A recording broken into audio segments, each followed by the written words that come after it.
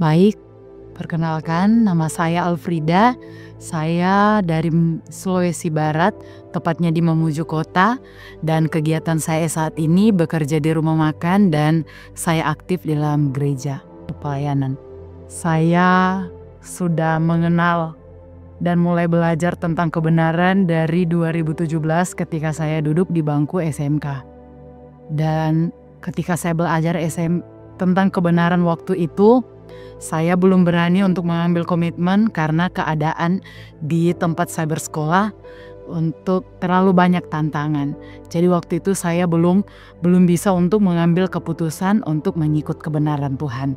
Dan sampai akhirnya saya pada tahun 2020 puji Tuhan tamat dari bangku pendidikan di SMK, dan kemudian saya pernah mengajar di salah satu sekolah selama setengah tahun di SD. Kemudian saya juga melamar kerja di kantor desa. Sampai akhirnya saya melepaskan semua pekerjaan saya hanya untuk mengikut kebenaran Tuhan. Bagaimana Tuhan menemukan saya dan menyelamatkan saya untuk bagaimana saya mengikut Tuhan sepenuhnya.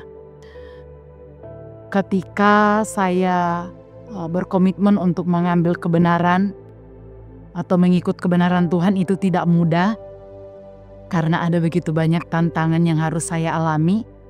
Namun pada tahun 2024, tahun kemarin, bulan 5, kembali diadakan KKR di kampung saya, dan saya berkomitmen untuk mengambil keputusan untuk mengikut kebenaran Tuhan.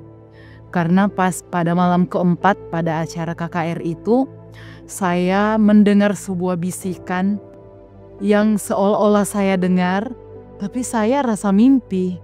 Dan bisikan itu mengatakan bahwa, Alfrida, jangan takut kalau itu kebenaran. Jangan pernah takut berbeda kalau itu kebenaran. Dan saya katakan bahwa kebenaran Tuhan itu adalah kebenaran yang membawa saya kepada keselamatan.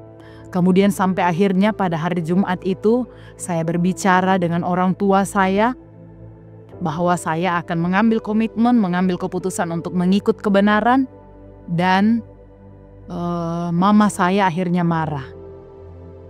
Dan pada jam 11 malam saya menceritakan semuanya kepada pendeta saya, pendeta wilayah yang kebetulan menjadi pendeta ke kampung saya. Saya mengatakan bahwa saya harus mengambil keputusan untuk mengikut kebenaran sebelum pintu kasihan itu tertutup.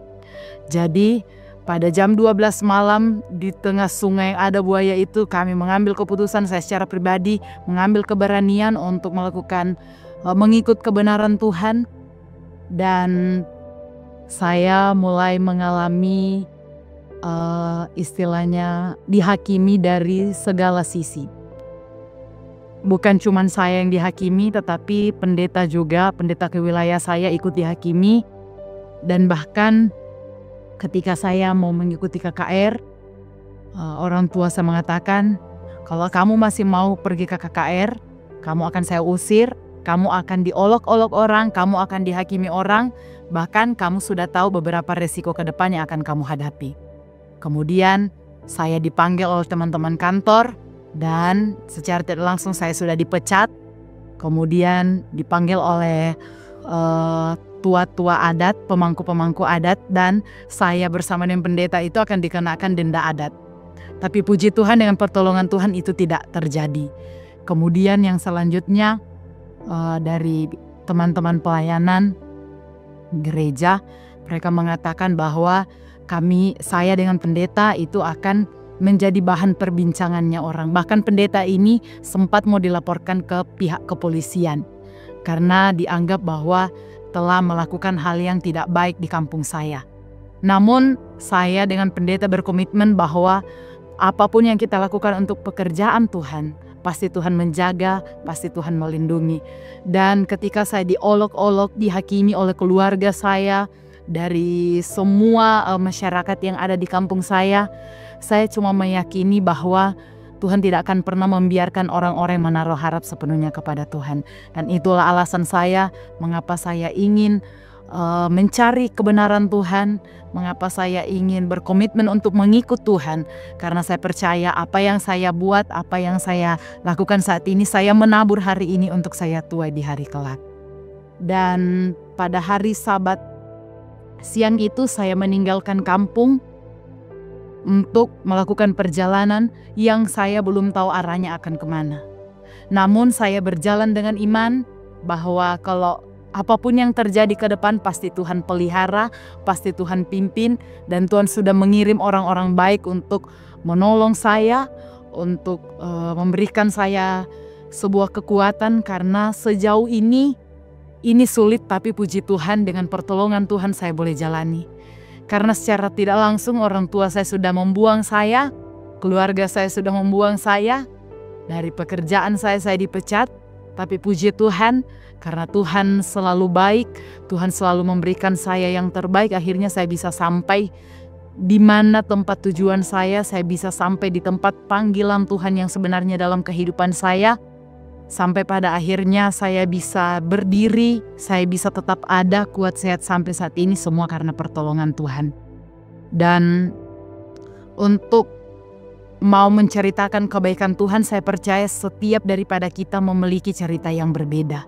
Namun pada saat ini yang saya ingin tekankan kepada kita bahwa Tuhan pasti akan tetap menolong kita, Tuhan pasti akan tetap bersama-sama dengan kita, apapun keadaan kita.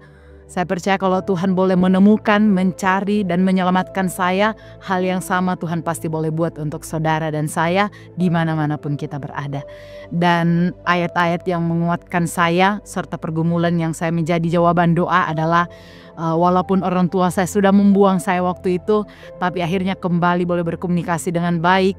Dan mereka juga mengatakan bahwa suatu saat nanti ketika kamu kembali ke kampung, bawa kebenaran itu, bawa firman Tuhan itu yang kamu bilang, yang kamu sudah cari, yang kamu bilang itu kebenaran, kamu harus bawa kembali ke kampung kamu.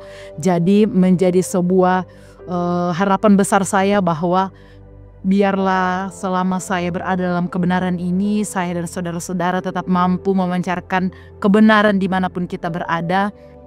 Kemudian yang menjadi ayat penguatan saya, Filipi 4 ayat 13 mengatakan, segala perkara dapat kutanggung di dalam Dia yang memberikan kekuatan kepadaku. Jadi kalau saya mampu melewati semuanya itu semua karena kemampuan daripada Tuhan. Demikianlah kesaksian saya, kiranya Tuhan memberkati kita semua. Saya bawa dalam nama Tuhan Yesus. Amin.